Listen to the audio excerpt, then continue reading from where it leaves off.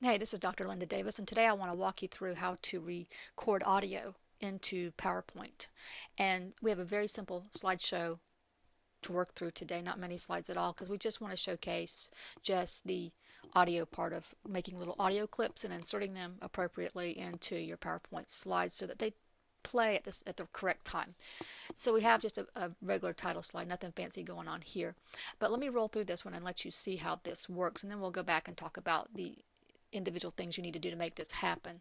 So let me launch this show.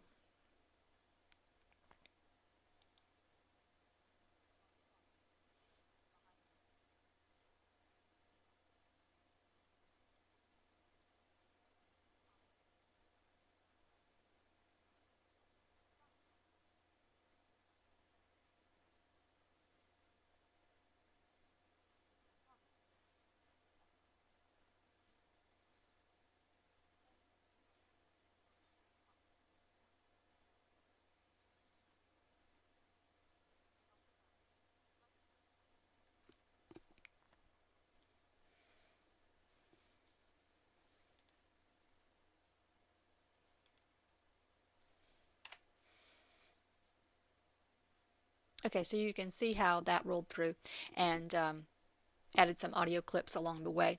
And you use this obviously when you can't personally be there to present your PowerPoints. And you can time them out pretty well so that the text boxes land and the audio comes in at the appropriate time. So let me just show you how we do this. I don't have any audio on slide 1, but on slide 2 we jump into it. And if you notice, I have my animation pane up and ready on the far right side. To have that come up onto your PowerPoint screen, just go to Animations tab and go over to where it says Animation Pane. Click on that and your animation pane should appear on the right side. So we have certain items in here already, and what we did was basically have the first text box here with the names Roger Babson inside, and the second thing is actually the sound clip that's right there. It says slide 2 title, if you can see that on your screen.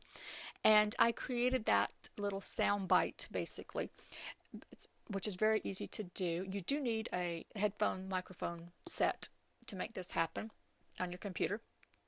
So to insert a sound clip, insert would be the key word there. So look at your tabs. You have insert, and you also have audio, and you have choices among the audio selections here.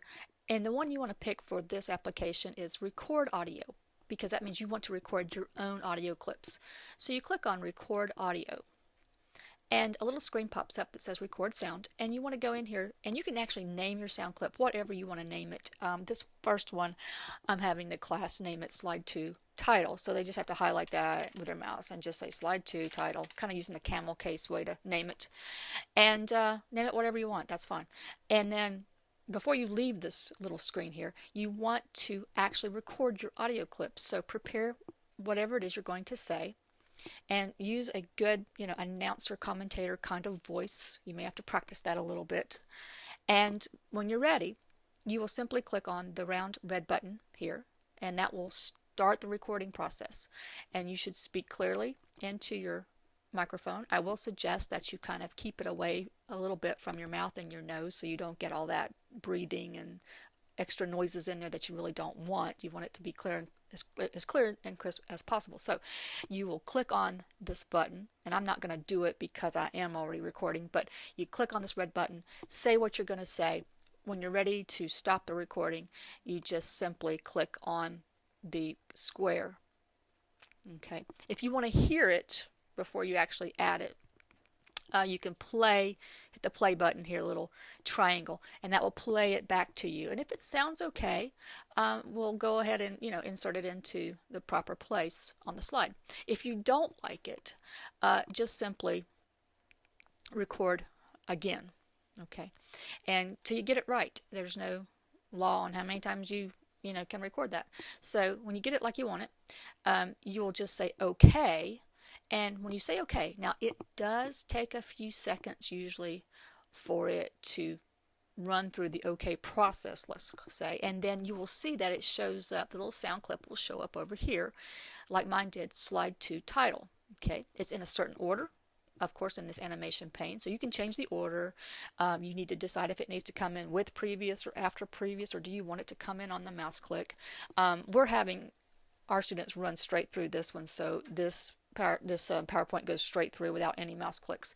So as you can see, let me cancel that one out, so I already have it done here.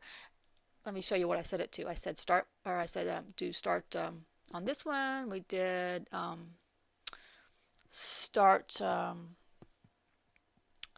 with previous, I believe, on this one. And yes, we did. And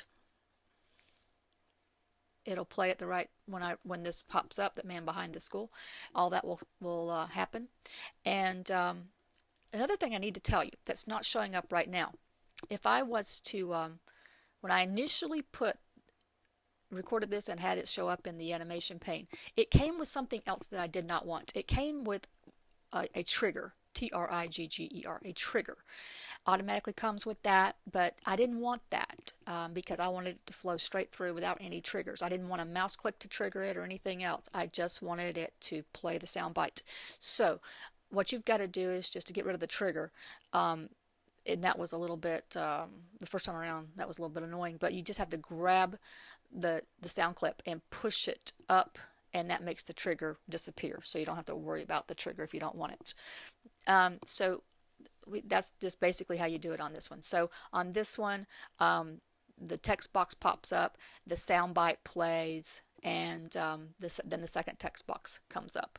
And it all kind of times out nicely. If I play it, just this one again.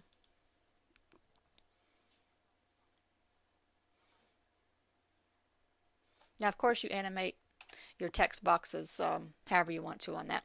Hope you can hear the audio on that. Sometimes double audio tracks do not always want to play on my uploads to YouTube. Now, I have a more complicated one on slide 3. In it, complicated meaning I've just got more sound clips in. That's really all it means. So pay attention, for those of you that are working through my booklet, on what the settings need to be for these different images, text boxes, the order that comes before that. These all, that and that and that, have their own little sound bites with them. If you can hear it, let me just play through this one.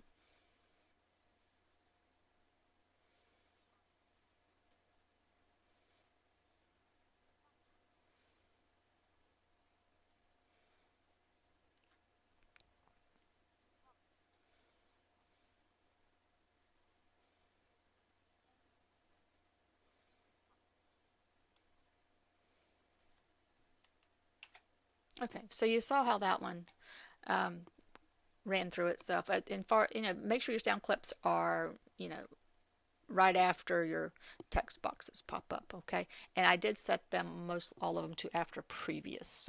Occasionally I did one with previous, but sometimes it's usually with previous or after previous normally for the starts on the different sound clips. So sound clips kind of animate, in a way, as far as when they start. Does it start on mouse click? Does it start on or with previous, or does it start after previous?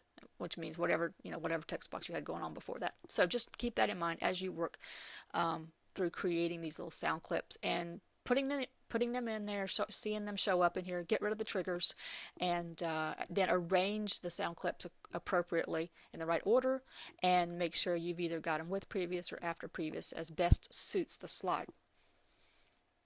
And our last one here, slide 4, we play through that.